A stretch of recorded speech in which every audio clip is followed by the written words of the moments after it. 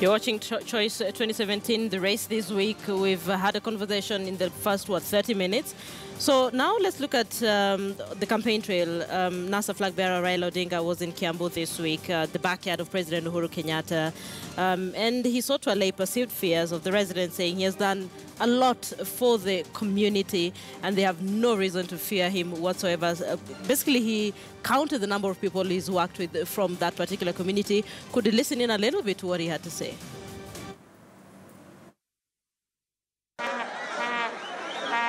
Wakati upinzani ilikuwa imegawanyika,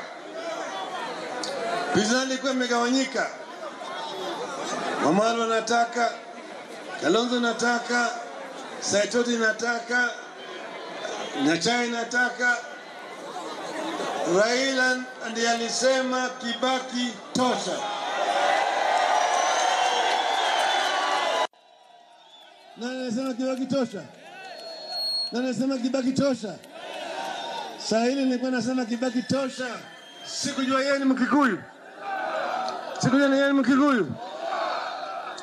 Alipopata ajali, mimi nikasema kapteni yetu ameumia, lakini mpira yataendelea.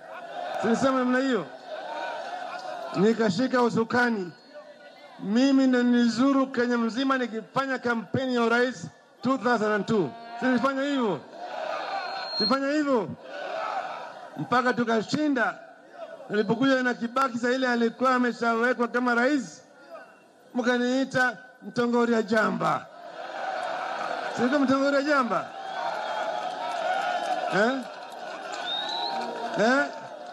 Silikuwa mtongoria jamba? Imekuwaje sasa Raila imekuwa Kimundu Muguruki? Ani Kimundu Muguruki. Kuna makosa mimi nimefanya. Kuna makosa nimefanya. Kwa hivyo mimi nataka niambie nyinyi kwamba mimi Raila Odinga ni rafiki wa Kikuyu. Mimi Raila Odinga ni rafiki wa Kikuyu. You have nothing to fear. True. I think I would like to disagree with him on the last bit of that bite. Which bit? That last bit of the bite, because where does the issue of you people loving me come from? He's asking for votes. It connotes that in the first place there could be some element of hatred, and yes, there's no hatred for anyone in Kenya. There is no hatred against Raila, and there is no issue of security or we being secure in his leadership. Maybe he's just trying to reassure the residents that you have nothing to fear if you vote me in as the next president. That is the problem. Why should we fear? We do not fear anyone. We do not need to fear anyone. Our security lies are our constitution and the security apparatuses that have been set under the constitution. But what he had to say to the residents of Kiambu, do you think it's going to change probably the minds of a few individuals there? Of course not. Of course not. It cannot change. Remember, by the way, those people in 2002 voted Uhuru. Let us be overwhelmingly. Clear. Let us be clear on that. The people of Kiambu voted for Uhuru, not Kibaki. In 2002. So that I just wanted to make that correction. Okay. Yes. Kavins. These rallies, like the one held in Kiambu there, it is not just held for the Kiambu only. It is held for the whole of the Kikuyu community. If you listened to Raila speaking, he was speaking to the Kikuyu, not only the Kiambu people. But you have to know that the greatest enemy of the Kikuyu people today, as we sit here, me and you, is not Raila Odinga, it is Uhuru Kenyatta. It is this Uhuru Kenyatta who goes and calls Raila Kimundu. He calls him Mogoroki and all those derogatory names.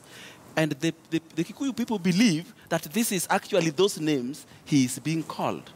Yet in the future, they will need other communities to propel them to power. Let me remind you something. Since Raila ever began becoming party leaders, he has nominated to parliament 3 Kikuyus and 3 Luos. 50-50, without considering that some are Luos, some are Kikuyus. Even when he was saying Kibaki Tosha, he knew the moment he said Kibaki Tosha, it was now sure that a Kikuyu would be president because there were 2 of them. He did not fear them. But I can tell you, whenever these guys go to campaign outside into the Kikuyu land, they all dwell on Raila this. They want to paint him as a devil that needs to be exterminated. That is where they are making the mistake. And let me tell you one more thing before you bring in weather. Okay. They need to prepare Kenya in such a way that when they want this leadership again, they will be seen as people who can reciprocate. Because now the narrative all over is that the Kikuyu will never vote for anybody else. Yet, in 1963, it took Raila's father to say, I don't want power before you release Kenyatta. And when you release him, make him, for me, the president. But when he came out, Kenyatta had to complain. So I think it is time these people let go. It is time these people let somebody else try. It is actually an experiment for the Kikuyu to find out if Raila is as bad as Ruto and Uhuru goes telling them. Whether? First of all, let me start. That thing you are attributing to the late Honorable Jaramogi Oginga Odinga of not taking power, that's a mistake you should never be proud of. That was a person who didn't even know why he was jumping around. It's a mistake you should not, your children should never hear you talking about it. Keep history must be recorded. That's not history. That's cowardice and lack of direction. I feel that very bad. What happened in Kiambu? When Mheshimiwa Raila goes to Kiambu, the first result that he's looking for is to strengthen his base in other parts of the country, Lowland, in other parts also, by showing them that I appeal to the whole country. So when you go back, you tell them, when I said 10 million strong, you even saw in Kiambu. When he goes to Meru, he says, we have picked up, we have taken Meru. That is why it is incumbent that even other candidates, even when you see President Uhuru went to Kisumu and everybody turned out, we say now, even Kisumu. Now, secondly, when people turn up and you put your case, there are a few who will buy in. There are few who buy in and say, okay, I think I agree with this fellow. It may not be large, but there are few. Thirdly, I really don't think the Kikuyus fear Raila, and I really don't think Raila poses a threat to the Kikuyus. It's just small people, not President Uhuru. President Uhuru has never spoken ill against Honorable Raila, apart from the Ketandawili, which of course you know he does. It is the other small people who come in and say Raila came to power. It's actually interesting that you mentioned that President Uhuru has never said anything negative about or insulting. Something negative in the sense of like fear this man. No, not things like Ketandawili and football, but fear this man, he can kill you, he can do this. In fact, that he has not done. But other people, other candidates, other small people, MCAs, and so on, who have no agenda. So I think the visit to Kiambu is good for this country. It's very just good, like by the way, it's good when the president visits Homa Bay. I remember when we took the president. He will. Please allow me to finish. When we took the president, he was not president then. When we were going to Ndewa, and we had a candidate for TNA, the first candidate, and Honorable Uhuru Kenyatta was welcomed all the way from Kisumu to Ndewa. We could not reach in time just because people are welcoming him and mobbing him. That is good for this country as we move ahead. You also, it is good if you would have been in forefront campaigning for Uhuru, just like Gatundu here is in the forefront campaigning for Raila. It is our duty also to mix up. Kukaa nyumbani and then you are this talking guy about has nyumbani. never campaigned for Raila. Please, you people change and be like when. You to see no try. Listen, so now that we are clarifying things, I want us to listen into what President Uhuru had to say the other day when he was in Kiambu County, and he touched a little bit on, you remember the sentiment that Raila made the other day about land? About Maasai selling land? Kajiado. Yeah, that was in Kajiado. Okay, so could we listen into what the president had to say, and then we can all have a consensus on something? Okay. Na ndipo wengine wetu tunasikitika jameni.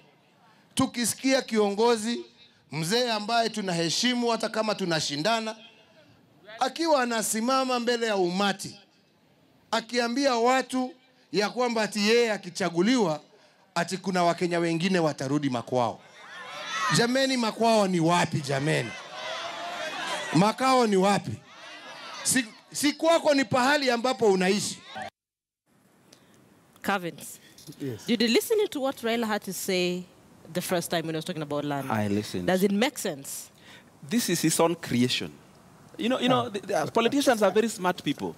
He now has his own audience. He's reporting to them what Raila said after adding his own words into it. Raila simply said, you should not sell your land, hard-earned land, because of poverty to outsiders. That is already raising his fingers. That is what Raila said. But what Uhuru has gone to tell his people is words to make them hate Raila Odinga. Whether? That is what he's trying to do. What Right Honorable Raila Odinga Prime Minister said in Kajiado. Yes. He said, do not sell your land. Yes. Okay? And do not sell it to some people. No, outsiders.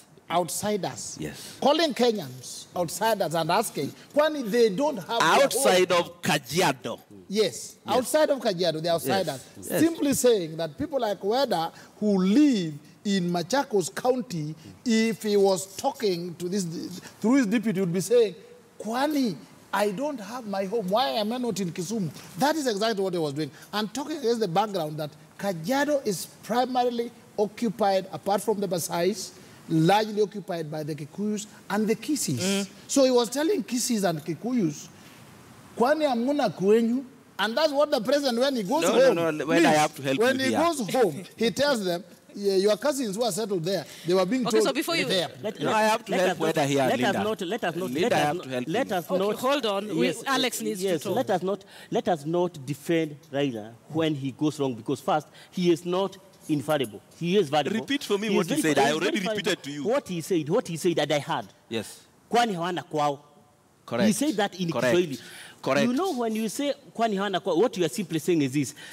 Since they are already here in Kajiado. Yes. We are talking about people who are outside who want to come in. He was talking to the Maasai in Kajiado. I have given you time. Okay. Can you please listen? Okay. He is not referring to Kikuyus or Kisis or other communities from outside Kajiado who want to come in and buy land. No. He is referring to those ones who already own land at the side there, and he's saying, Kwani hawana kwao. And you know that is an incitement. It's an incitement and it should be rejected. And when Raila goes wrong, let us appreciate that he has gone wrong, and let us correct him, and he should be bold enough to accept where he goes wrong. Because you see now, like Uhuru was very bold and blunt in Kiambu. He's saying, you cannot say such things.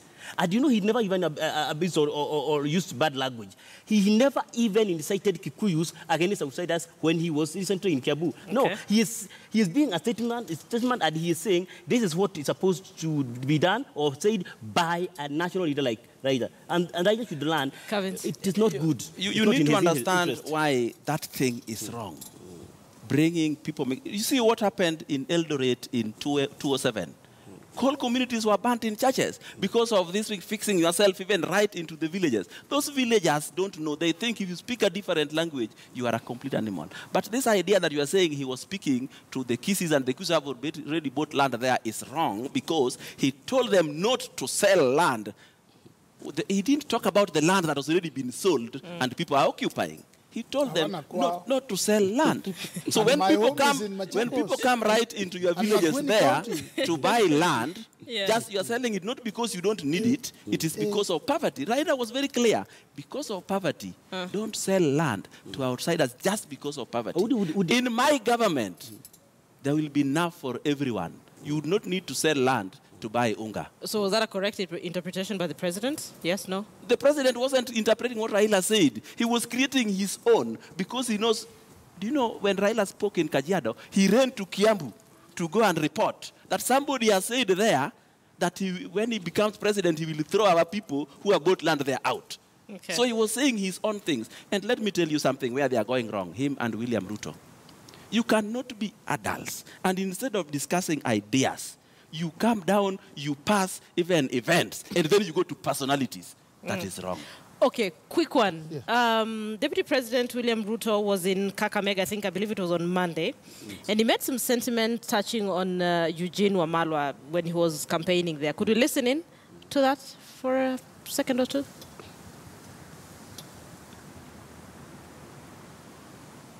Eugene na huyu Lusaka tufanye kidogo hivi, tumalizie Uhuru ahame, Mimi nikarange kidogo nimpatie pass Eugene tuendelee. My friend. Wacha nani? So that's Deputy President William Ruto telling Eugene Wamalwa, you guys need to, telling the people that you need to support me so that I get this thing, then 2022, I'll leave it to Wamalwa. Of course, Quick as usual, very witty and very brilliant. If there's one politician who is very good in campaigning William Ruto. and very convincing, and he will have a very easy time campaigning for himself in 2022, it is one William Ruto. No one can beat him when it comes to campaigning. Give it to him. I think I wouldn't say otherwise. Eugene is my classmate and a good friend. And his president. Who was your classmate? William Ruto or Eugene? Oh, okay. Eugene Wamalwa. Okay. We are a class of very advanced people. His presidency or deputy presidency will be a boon. But I think going forward, Wanawede, the old is going. So it will be the world of Honorable Ruto, Honorable Eugene, Honorable Mutua, Honorable Weda, that would. And Owede come in now. Please, the home start. It's over. Let me tell you, Linda. What? In politics, we make statements because the occasion demands. Okay. What is happening there? He saw Wamalwa and he saw his people yelling behind him. So he wanted to please his people. Ruto would not need any other running mate other than from Kikuyu land. If he tries from anywhere else, he's down. But even from Kikuyu land this time round, I don't think he will make it. What is wrong? That is wrong narrative. It is correct. You make a statement because the occasion demands. Okay, so you see me closing my laptop. That's an indication that this show is over. The race this week, Choice 2017. People, that's where we leave it. Thank you so much for watching. Of course, a big thank you to my panelists, Alex Gatundu, Ambrose Weda, and Kavins Owede. People, have a good night. We'll see you tomorrow on News Center, very early in the morning. Remember, there's a prayer meeting at Uhuru Park. We'll cover that for you from as early as we can. Probably, 6 a.m. in the morning? So you have all the reasons to want to stay with KTN News. Have a good night.